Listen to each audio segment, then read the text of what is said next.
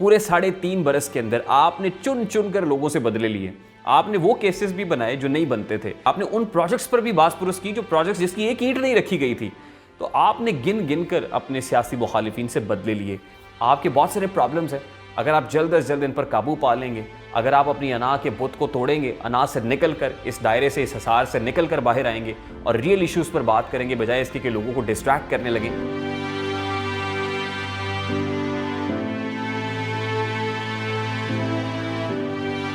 السلام علیکم میرے سادہ سے پاکستانیوں, میرا نام ریحان طارق ہے اور آپ میرا یوٹیوب چینل دیکھ رہے ہیں.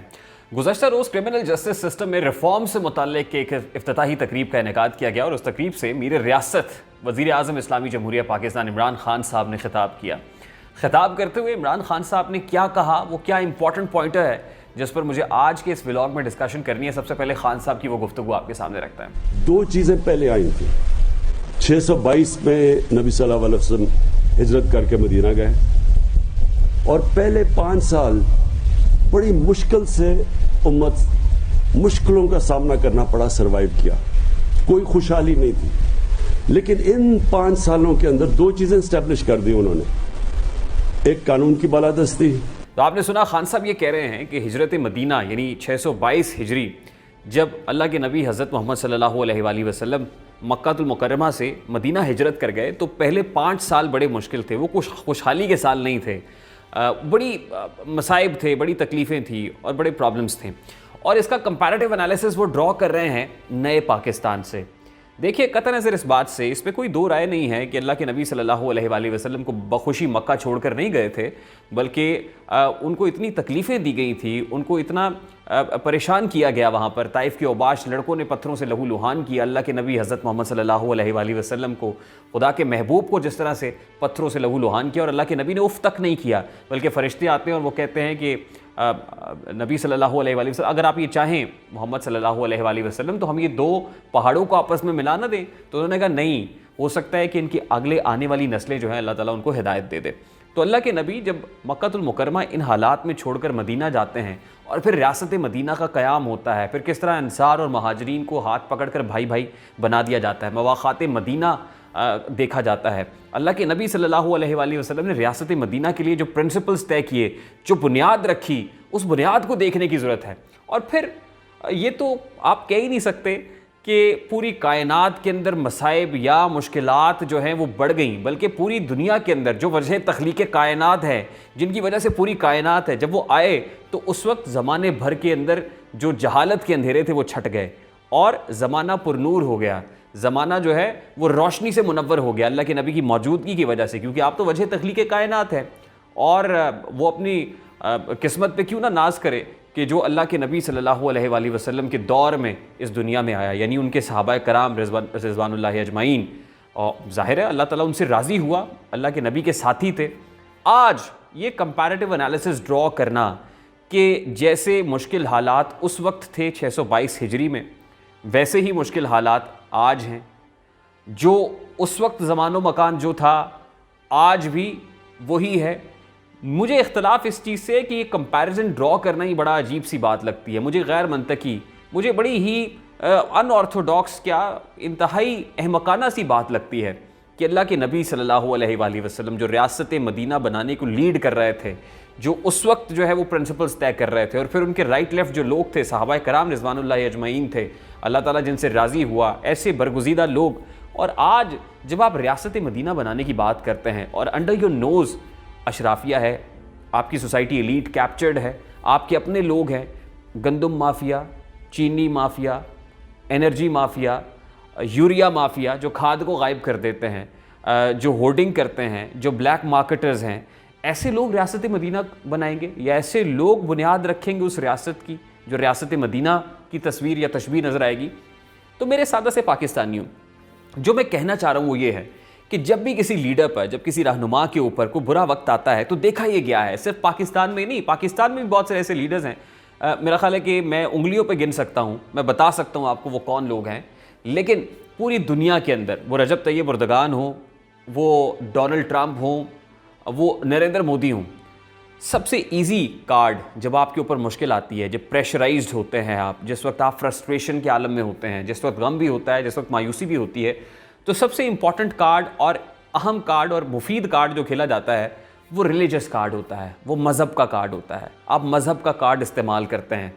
آپ جس وقت آئے آپ نے لوگوں کو آ کر یہ کہا کہ آپ ریاست مدینہ بنائیں گے, لوگوں نے آپ کو داد و تحسین دی, لوگوں نے آپ کو اپریشیٹ کیا. They gave you a flair of clap کہ خان صاحب کیا کمال کام کرنے لگے ہیں. مطلب جس وقت سے پاکستان مارز وجود میں آیا ہے اس وقت سے لے کر آج تک ہم اسلامی جمہوریہ پاکستان تو ہیں ہی, لیکن یہ نام نہاد اسلامی جمہوریہ پاکستان میں کوئی پہلا لیڈر ہے جس نے ریاست مدینہ کی مثال دی ہے, جس نے آ کے اپنی میڈن سپیچ میں کہا کہ آج کسی پر کوئی سیاسی انتقام نہیں ہوگا. تو یوں لگا کہ جیسے فتح مکہ کی یاد تازہ کر دی ہے, جیسے اللہ کے نبی نے فتح مکہ کے موقع پر کہا کہ آج کسی پر کوئی سزا نہیں ہوگی, آج کسی سے کوئی انتقام نہیں لیا جائے گا, سب کے لیے عام معافی کا اعلان کیا گیا. تو یوں لگا کہ جیسے یہاں پر بھی عام معافی ہوگی, لوگوں کو اجازت دی جائے گی کہ اگر وہ راہ راست پر آنا چاہتے ہیں تو آ جائیں. لیکن یہاں کیا ہوا, الٹی گنگا بہنے لگی. پورے 3.5 برس کے اندر آپ نے چن چن کر لوگوں سے بدلے لیے, آپ نے وہ کیسز بھی بنائے جو نہیں بنتے تھے, آپ نے ان چیزوں کا بھی حساب مانگا جو بھی بنی نہیں تھی, آپ نے ان پروجیکٹس پر بھی باس پرس کی جو پروجیکٹس جس کی ایک اینٹ نہیں رکھی گئی تھی. نارووال سپورٹس کمپلیکس کیا ہے, LNG سکینڈل, آپ نے کہا جی مہنگے آ گئے کیوں آئے, ذرا حساب دیں. آپ نے کہا اپنی 3 نسلوں کا حساب دیں. تو آپ نے گن گن کر اپنے سیاسی مخالفین سے بدلے لیے. کیا یہ اللہ کے نبی کی سیرت تھی؟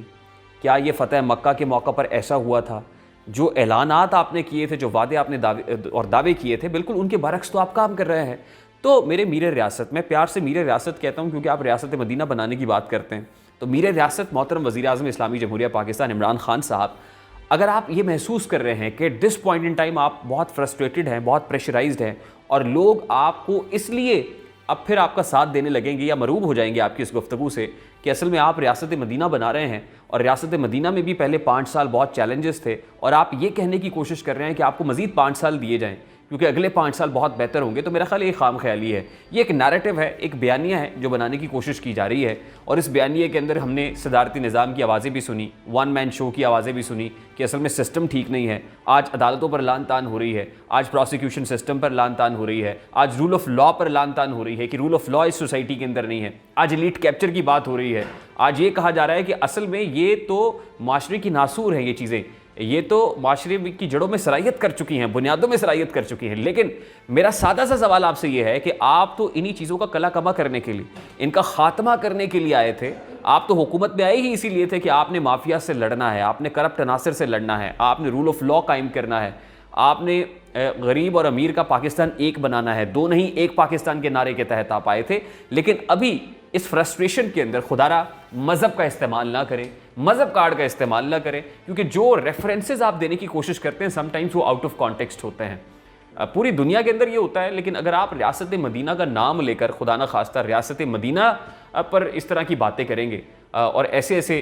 جملے کہیں گے کہ جس کے بعد جو مسلمان ہے اس کا دل دکھے گا, کڑن ہوگی, جلن ہوگی, تو میرا خیال ہے کہ یہ انجسٹیفائڈ ہے, یہ جسٹیفائبل نہیں ہے. تو میرے ریاست محترم وزیر اعظم اسلامی جمہوریہ پاکستان اس ولاگ کے راستے بہت ساری ایسی احادیث ہیں جن کی روشنی میں بھی ہم اس بات کو ثابت کر سکتے ہیں کہ اللہ کے نبی صلی اللہ علیہ وآلہ وسلم جنہوں نے خود کہا, حدیث کا مفہوم ہے, اللہ تعالیٰ کمی بیشی معاف فرمائے, کہ ان کا دور سب سے خوشحال دور تھا. ان کا موجود ہونا, اس وقت میں موجود ہونا, یہ کائنات کے لیے کسی امن, کسی جو ہے وہ سکون, کسی خوشحالی سے کم نہیں تھا. اللہ کے نبی صلی اللہ علیہ وآلہ وسلم کا دور ایسا تھا. ہاں, جو چیلنجز ان کے تھے, جو مشن ان کا تھا, جو جنگ ان کی تھی وہ کفار مکہ کے ساتھ تھی, وہ اس وقت کے ایسے لوگوں کے ساتھ تھی جو جاہل لوگ تھے, عرب کے بدوؤں کے ساتھ تھی. ان کو مسلمان کرنا تھا, ان کو دائرہ اسلام میں لے کر آنا تھا, ان کو تبلیغ کرنی تھی, وہ دعوت کا کام کر رہے تھے. وہ ایک اور مشن تھا, وہ ایک اور چیلنج تھا. خان صاحب, آپ کے پاس وہ چیلنجز نہیں ہیں, آپ کا وہ مشن نہیں ہے, آپ تو ایک مسلم اسٹیٹ کے پرائم منسٹر ہیں, لیڈر ہیں. تو آپ کو یہ باتیں زیب نہیں دیتی ہیں کہ خدا نہ خواستہ آپ اس وقت کی باتیں اور اس وقت کا ریفرنس آج کوٹ کریں جو 622 ہجری کا تھا.